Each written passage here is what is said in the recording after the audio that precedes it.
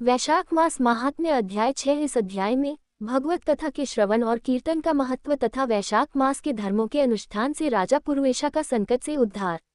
श्रुतदेव बोले, मेष राशि में सूर्य की स्थित रहने पर जो वैशाख मास में प्रातःकाल स्नान करता है और भगवान विष्णु की पूजा करके इस कथा को सुनता है, वह सब पापों से मुक्त हो भगवान विष्णु के परम धाम को प्राप्त होता है।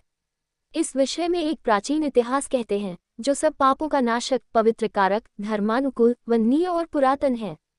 गोदावरी के तट पर शुभ ब्रह्मेश्वर क्षेत्र में महर्षि दुर्वासा के 2 शिष्य रहते थे, जो परमहंस, ब्रह्मनिष्ठ, उपनिषद विद्या में परिनिष्ठित और इच्छारहित थे। वे भिक्षा मात्र भोजन करते और पुण्य में जीवन बिताते हुए गुफा में निवास करते थे। उनमें से एक का नाम था सत्यनिष्ठ और दूसरे का तपोनिष्ठ। वे इन्हीं नामों से तीनों लोकों में विख्यात थे। सत्यनिष्ठ सदा भगवान विष्णु की कथा में तत्पर रहते थे। जब कोई श्रोता अथवा वक्ता न होता, तब वे अपने नित्यकर्म किया करते थे। यदि कोई श्रोता उपस्थित होता तो उसे निरंतर वे भगवत कथा सुनते, और यदि कोई कथावाचक भगवान विष्णु की कल्याणमयी पवित्र कथा कहता तो वे अपने सब कर्मों को समेटकर श्रवण में तत्पर हो उस कथा को सुनने लगते थे। वे अत्यंत दूर के तीर्थों और देव मंदिरों को छोड़कर तथा कथा विरोधी कर्मों का परित्याग करके भगवान की दिव्य कथा सुनते और श्रोताओं को स्वयं भी सुनाते थे। कथा समाप्त होने पर सत्यनिष्ठ अपना शेष कार्य पूरा करते थे। कथा सुनने वाले पुरुष को जन्म मृत्युमय संसार बंधन की प्राप्ति नहीं होती, उसके अंतःकरण की शुद्धि होती है। भगवान विष्णु में जो अनुराग की कमी है वह दूर हो जाती है और उनके प्रति गाढ़ अनुराग होता है। साथ ही साधु पुरुषों के प्रति सौहार्द बढ़ता है। रजोगुण रहित गुणातीत परमात्मा शीघ्र ही हृदय में स्थित हो जाते हैं। श्रवण से ज्ञान पाकर मनुष्य भगवत चिंतन में समर्थ होता है। श्रवण, ध्यान और मनन यह वेदों में अनेक प्रकार से बताया गया है। जहाँ भगवान विष्णु की कथा न होती हो और जहाँ साधु पुरुष न रहते हो, वह स्थान साक्षात गंगा तट ही क्यों न हो, संदेह त्याग देने योग्य है। जिस देश में तुलसी नहीं है अथवा भगवान विष्णु का मंदिर नहीं है, ऐसा स्थान निवास करने योग्य नहीं है।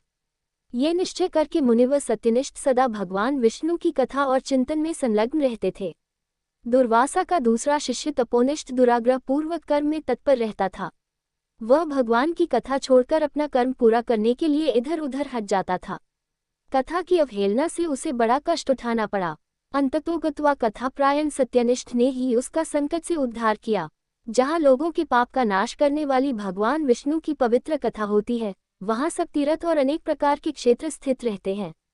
जहाँ विष्णु कथारूपी पुण्यमयी नदी बहती रहती है, उस देश में निवास करने वालों की मुक्ति उनके हाथ में ही है।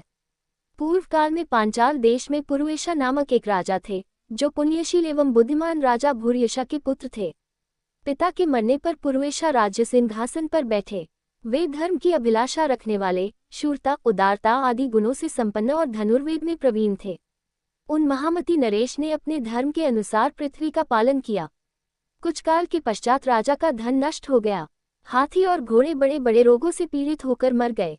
उनके राज्य में ऐसा भारी अकाल पड़ा जो मनुष्यों का अत्यंत विनाश करने वाला था।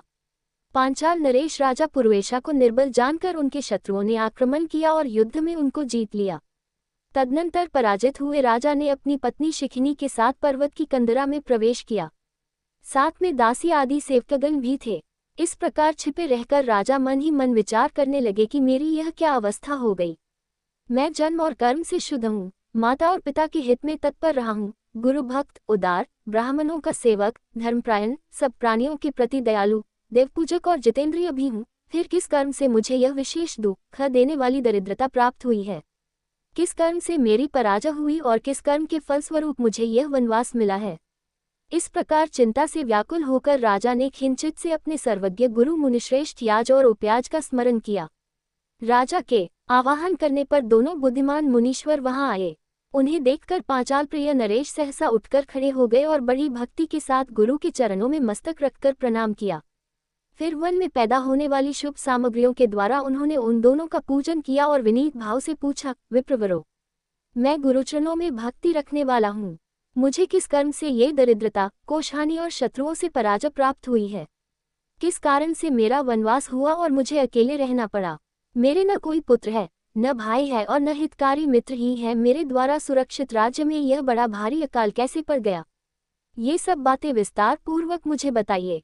राजा के इस प्रकार पूछने पर वे दोनों मुनिश्रेष्ठ कुछ देर ध्यानमग्न हो इस प्रकार बोले, राजन, तुम पहले के 10 जन्मों तक महापापी व्याध रहे हो। तुम सब लोगों के प्रति क्रूर और हिंसापरायण थे। तुमने कभी लेशमात्र भी धर्म का अनुष्ठान नहीं किया। इंद्रिय संयम तथा मनोनिग्रह का तुम में सर्वथा अभाव था। तुम्हारी जिह्वा किसी प्रकार भगवान विष्णु के नाम नहीं लेती थी।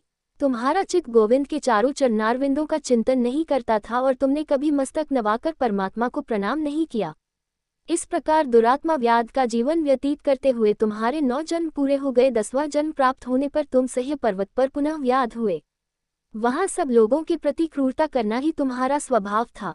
तुम मनुष्यों के लिए यम के समान थे, दयाहीन, शिष्टजीवी और हिंसापरायण थे।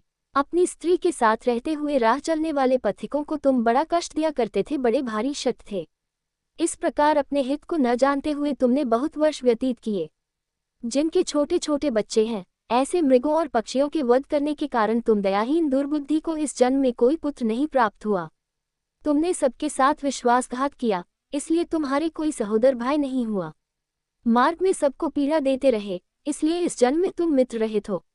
साधु पुरुषों के तिरस्कार से शत्रुओं द्वारा तुम्हारी पराजय हुई है। कभी दान न देने के दोष से तुम्हारे घर में दरिद्रता प्राप्त हुई है। तुमने दूसरों को सदा उद्वेग में डाला, इसलिए तुम्हें दुसह वनवास मिला। सबके अप्रिय होने के कारण तुम्हें असह्य दुख मिला है।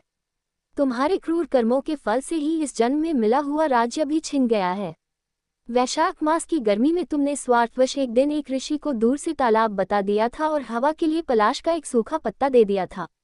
बस जीवन में इस एक ही पुण्य के कारण तुम्हारा ये जन्म परम पवित्र राजवंश में हुआ है। अब यदि तुम सुख, राज्य, धन धान्यादि संपत्ति, स्वर्ग और मोक्ष चाहते हो अथवा सायुज्य एवं श्रीहरि के पद की अभिलाषा रखते हो तो वैशाख मास के धर्मों का पालन करो। इससे सब प्रकार के सुख पाओगे। इस समय वैशाख मास चल रहा है। आज अक्षय तृतीया है। आज तुम विधि पूर्वक स्नान और भगवान लक्ष्मीपति की पूजा करो। यदि अपने समान ही गुणवान पुत्रों की अभिलाषा करते हो तो सब प्राणियों के हित के लिए प्याव लगाओ। इस पवित्र वैशाख मास में भगवान मधुसूदन की प्रसन्नता के लिए यदि तुम निष्काम भाव से धर्मों का अनुष्ठान करोगे तो अंतःकरण शुद्ध होने पर तुम्हें भगवान विष्णु का प्रत्यक्ष दर्शन होगा। यो कहकर राजा की अनुमति ले उनके दोनों ब्राह्मण पुरोहित याज और उप्याज जैसे आए थे वैसे ही चले गए। उनसे उपदेश पाकर महाराज पुरुवेशा ने वैशाख मास के संपूर्ण धर्मों का श्रद्धापूर्वक पालन किया और भगवान मधुसूदन की आराधना की। इससे उनका प्रभाव बढ़ गया तथा बंधु बांधव उनसे आकर मिल गए। तत्पश्चात वे मरने से बची हुई सेना को साथ ले बंधुओं सहित पांचाल नगरी के समीप आए। उस समय पांचाल राजा के साथ राजाओं का पुनः संग्राम हुआ। महारथी पुरुषा ने अकेले ही समस्त महाबाहु राजाओं पर विजय पाई। विरोधी राजाओं ने भागकर विभिन्न देशों के मार्गों का आश्रय लिया। विजयी पांचाल राज ने भागे हुए राजाओं के कोष, 10 करोड़ घोड़े, 3 करोड़ हाथी, 1 अरब रथ, 10,000 ऊंट और 3 लाख खच्चरों को अपने अधिकार में करके अपनी पुरी में पहुंचा दिया। वैशाख धर्म के महात्म्य से सब राजा भग्न मनोरथ हो पुरुवेशा को कर देने वाले हो गए और पांचाल देश में अनुपम सुकाल आ गया। भगवान विष्णु की प्रसन्नता से इस वसुधा पर उनका एक छत्र राज्य हुआ और गुरुता, उदारता आदि गुणों से युक्त उनके 5 पुत्र हुए जो दृष्टकीर्ति, दृष्टकेतु, दृष्टद्युम्न, विजय और चित्रकेतु के नाम से प्रसिद्ध थे। धर्म पूर्वक प्रतिपालित होकर समस्त प्रजा राजा के प्रति अनुरक्त हो गई।